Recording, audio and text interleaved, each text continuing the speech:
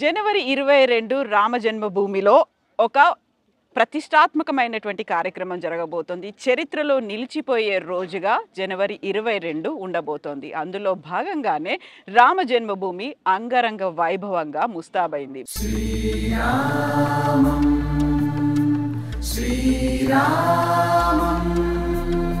భవ్య దివ్య రామ మందిర నిర్మాణంలో ఎంతో మంది పాల్పంచుకున్నారు. సాధు సంతుల దగ్గర నుంచి కార్యకర్తలు ప్రతి ఒక్కరూ కీలకమైనటువంటి భాగస్వామ్యాన్ని పోషించారు.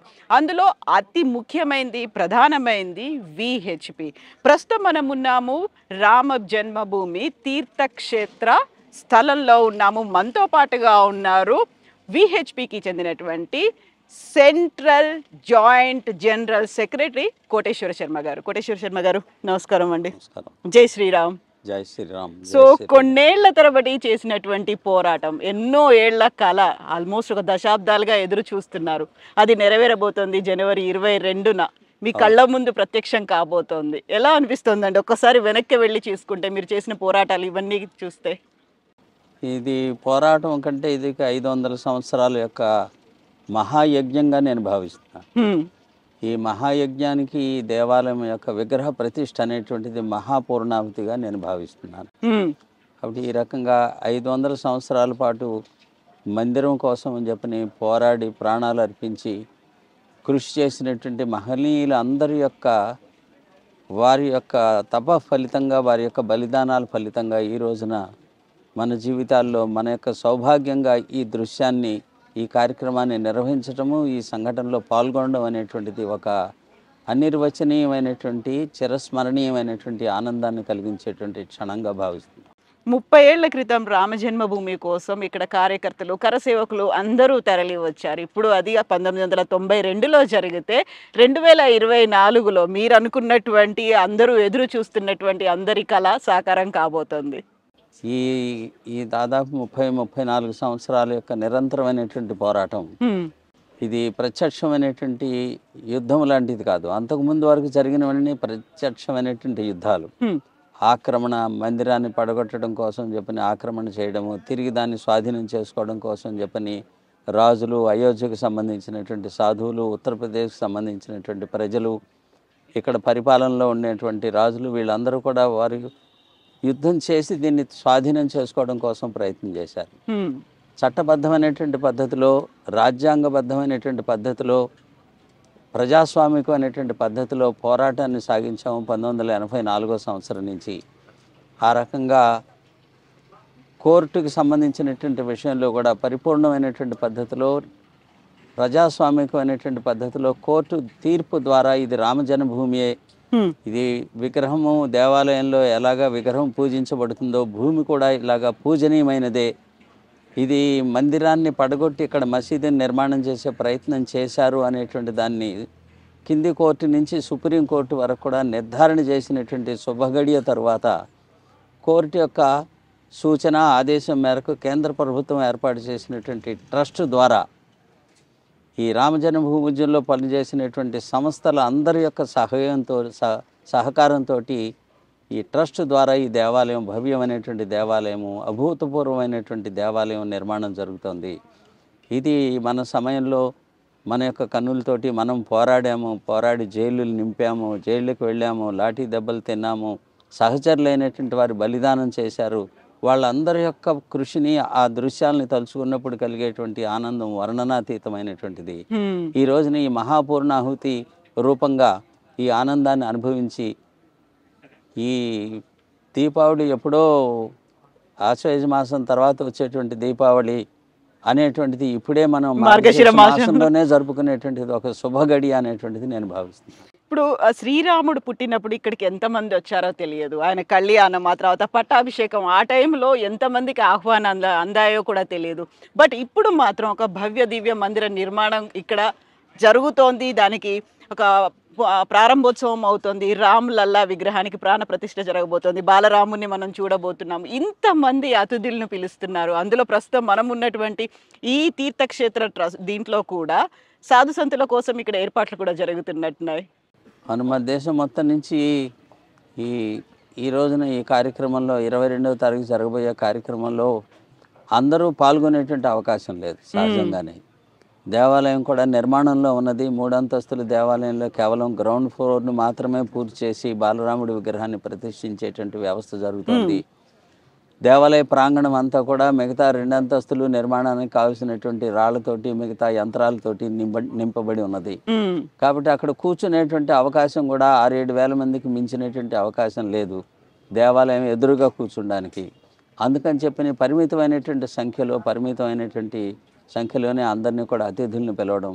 ప్రత్యేకించి 1984 నుంచి జరిగినటువంటి ఈ ఉద్యమం యావత్తు సాధు సన్యాసుల యొక్క నేతృత్వంలో జరిగింది.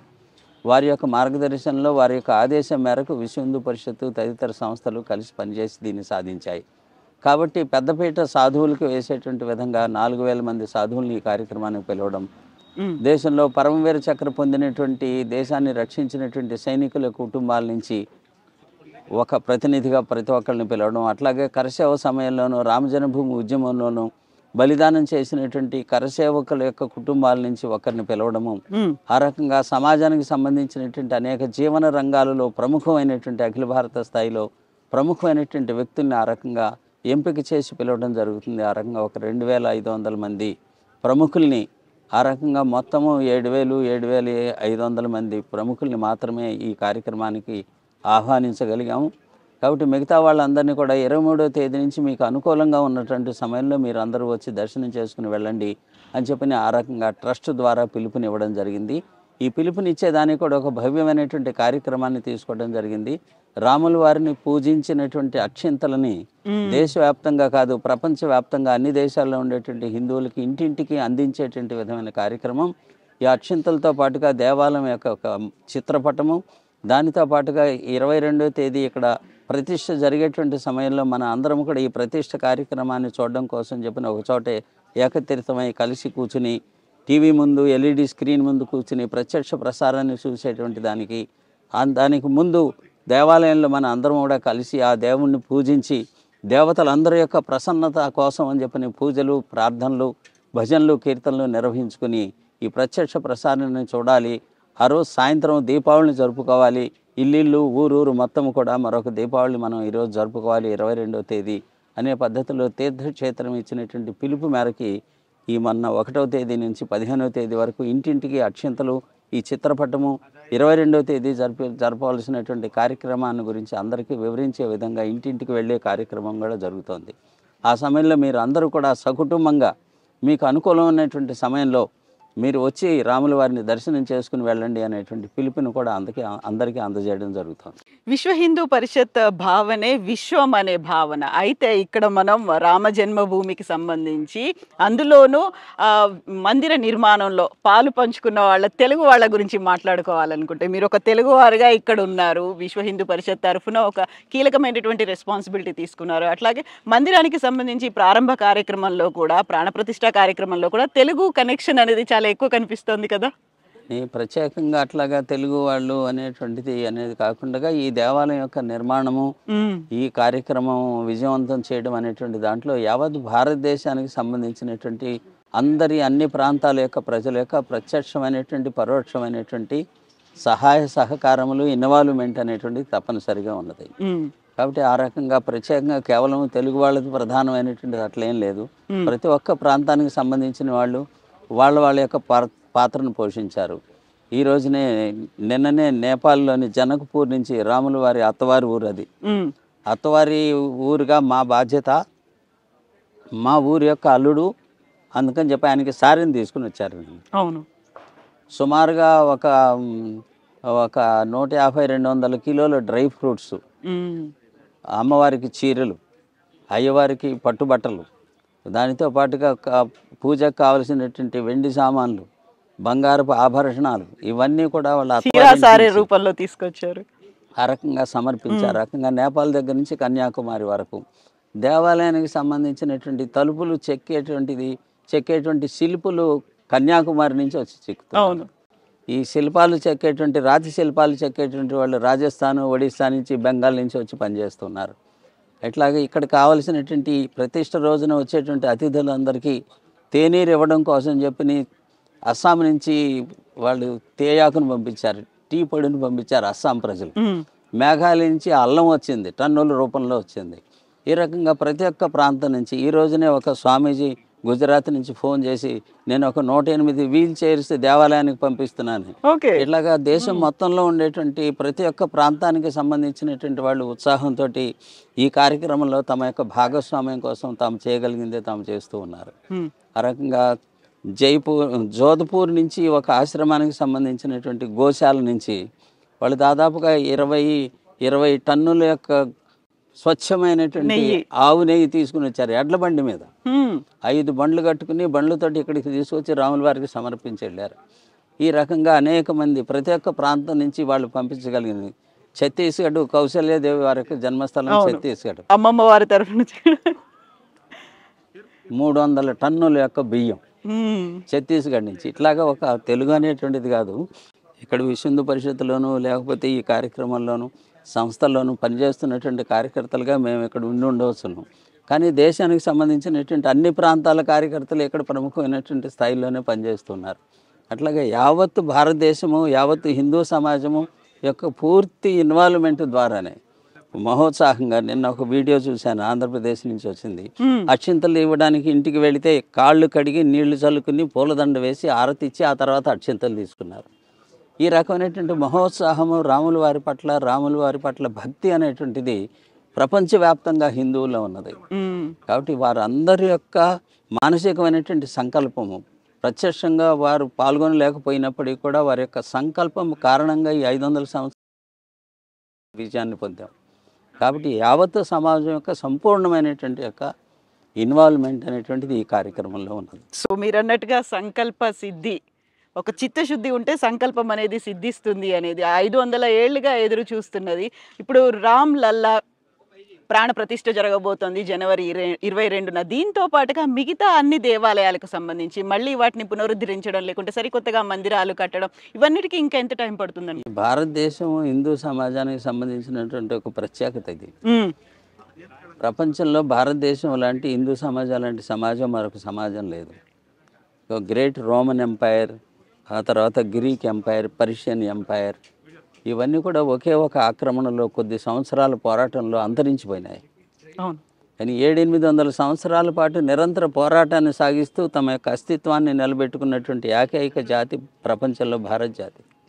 కాబట్టి 500 సంవత్సరాల నిరంతరమైనటువంటి పోరాటం ద్వారా కేవలం స్వతంత్రం మాత్రమే కాదు, రామజన్మభూమిని కూడా సంపాదించుకోగలిగినటువంటి జాతి ఇది. కాబట్టి ఈ ప్రత్యేకతలు ఉన్నటువంటి కారణం చేత ఈ దేశం యొక్క ప్రత్యేకత లేదే, ఇది ఒక విచిత్రమైనటువంటి దేశం. పోరాటాన్ని ఎప్పుడూ వదిలిపెట్టదు విజయాన్ని సాధించేంత వరకు. ఈ రకమైనటువంటిది ఈ గడ్డ, ఇక్కడ ఉండేటువంటి వాయువు, ఇక్కడ జలంలో ఉన్నటువంటిది ఒక ప్రత్యేకత.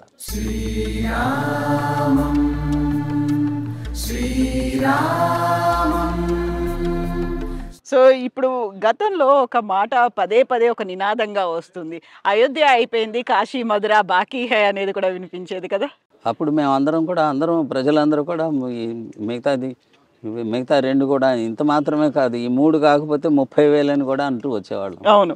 బట్ ఇప్పుడు ఈ విశ్వ హిందూ పరిషత్ యొక్క నేతృత్వంలో రామజన్మభూమి ఉద్యమాన్ని తీసుకున్నాం, అది పూర్తి చేశాం. ఇక మిగతాది తర్వాత భవిష్యత్తులో ప్రజలు హిందూ సమాజం ఏది కోరుకుంటే అది అవుతుంది. కాబట్టి కాశీ మధుర ఇతరత్ర దానికి సంబంధించినటువంటి ప్రస్తుతం మేము దాని గురించి మొత్తం ఫోకస్ అంతా కూడా కేవలం ఈ రామ మందిరం నిర్మాణం చేయడం, ప్రజలకు అప్పగించడం, ఇదే పని. మిగతాది తర్వాత తరం వాళ్ళు వచ్చేటువంటి ప్రజలు ఏదనుకుంటే అది. ఇప్పటికీ జ్ఞానవాపి కానీ మధుర కృష్ణ జన్మస్థానం గురించి కానీ కోర్టులో జరుగుతున్నది. కోర్టులో హిందూ సమాజానికి అనుకూలంగా, ఇక్కడ కృష్ణుడికి అనుకూలంగా, అక్కడ విశ్వేశ్వరునికి అనుకూలంగానే ఇప్పటి వరకు కూడా కోర్టు యొక్క క్రమం అంతా కూడా జరుగుతున్నట్టుగా అనిపిస్తుంది. ప్రజలు న్యాయాలయాలు నిర్ణయించేటువంటి విషయాలు. సో ఎన్నో ఏళ్ల నుంచి ఎదురు చూస్తున్నారు, కొన్ని కోట్ల మంది ఎదురు చూస్తున్నారు దేశ విదేశాల నుంచి. ఈ మహోత్సవం కోసం ఎదురు చూపులు అనేవి కొనసాగుతున్నాయి. జనవరి 22 తర్వాత రామ జన్మభూమి అనేది, ఇక్కడ రామ్ లల్లాని ఎంతమంది దర్శించుకుంటారు, దానికి తగ్గట్టుగా ఏర్పాట్లు ఇవన్నీ కూడా. అంటే అయోధ్య మొట్టమొదటిసారిగా నేను 1979వ సంవత్సరంలో వచ్చాము ఇక్కడ. అప్పుడు భూమి పూజ అంటే శిలాన్యాసం, శంకుస్థాపన జరిగింది. అప్పుడు 89లో ఇక్కడికి వచ్చినప్పుడు టీ కూడా దొరికేది కాదు. ఒక పాడుపడ్డ ఊరిలాగా ఉండేది ఊరు చూస్తే. ఇవాళ సర్వాంగ సుందరంగా కనిపిస్తుంది. ప్రతి వీధిలోనూ ప్రతి ఇంట్లోనూ నిర్మాణం జరుగుతుంది. అనేకమైనటువంటి వ్యాపారాలు, దుకాణాల యొక్క సంఖ్య దారి పొడుగుతూ అనేకమైన హోటళ్ళు వచ్చినాయి, స్టార్ హోటల్స్ వచ్చినాయి. ఉత్తరప్రదేశ్ ప్రభుత్వము ఇది ఒక తీర్థక్షేత్రముగా దీన్ని వికసింపజేసేటువంటి విధంగా ఉత్తరప్రదేశ్ ప్రభుత్వము, కేంద్ర ప్రభుత్వాలు పనిచేస్తూ ఉన్నాయి. అద్భుతమైనటువంటి ఒక నిర్మాణం భారతదేశంలోనే railway station, Ayodhya railway station ఒక ప్రత్యేకతలాగా నిర్మాణం చేశారు. ఇంటర్నేషనల్ ఎయిర్పోర్టు ప్రారంభమైంది. ఇట్లాగా రోడ్లన్నీ విశాలం అవుతూ ఉన్నాయి. ఈ అయోధ్యలో కొనడానికి స్థలం లేదు. మనకి శ్రీశైలంలోను, తిరుపతిలోను, ఇతర తీర్థక్షేత్రాల్లోనూ ప్రతి చోట కూడా మన వాళ్ళకి ధర్మశాలలు ఉంటాయి, ధర్మసత్రాలు ఉంటాయి, అన్నక్షేత్రాలు ఉంటాయి. ఆ సంస్థల వాళ్ళందరూ దేశవ్యాప్తంగా అయోధ్యలో మేము అన్నక్షేత్రాన్ని ప్రారంభిస్తామనంటే స్థలం దొరకట్లేదు. సరియు నది అవతలికి వెళ్ళి కొనుక్కోవాల్సి వస్తుంది. ఈ రకంగా ఈ రామజన్మభూమి ఉద్యమం కారణంగా ఈ మొత్తం ఒక కాయకల్ప చికిత్స జరిగినటువంటి విధంగా అయోధ్య పరిపూర్ణమైనటువంటి పరివర్తన దిశగా నడుస్తుంది. అట్లాగా అన్ని రకాలైనటువంటి హంగులు, వ్యవస్థలన్నీ కూడా ప్రభుత్వము, ముఖ్యంగా ఇక్కడ ఉన్నటువంటి మున్సిపాలిటీ డెవలప్మెంట్ అథారిటీ వీళ్ళందరూ కలిసి ఇది ఒక తీర్థక్షేత్రంగా వికసింపజేసేటువంటి అనేకమైనటువంటి యోజనలు చేశారు. వింటున్నది ఏంటంటే రాష్ట్ర ప్రభుత్వం ఒక 1200 ఎకరాల భూమిని రిజర్వ్ చేసి పెట్టిందని చెప్పి ప్రతి రాష్ట్రము తమ గెస్ట్ హౌస్ని ఇక్కడ నిర్మాణం చేసుకోవచ్చు అని చెప్పిన ఆ రకంగా భవిష్యత్తు అవసరాలకు ఆ రాష్ట్రాల నుంచి వచ్చేటువంటి విఐపీలకు గెస్ట్ హౌస్ వగైరా నిర్మాణం కోసం చెప్పిన కూడా యోజన చేస్తుంది అనేటువంటి విషయం తెలుస్తుంది.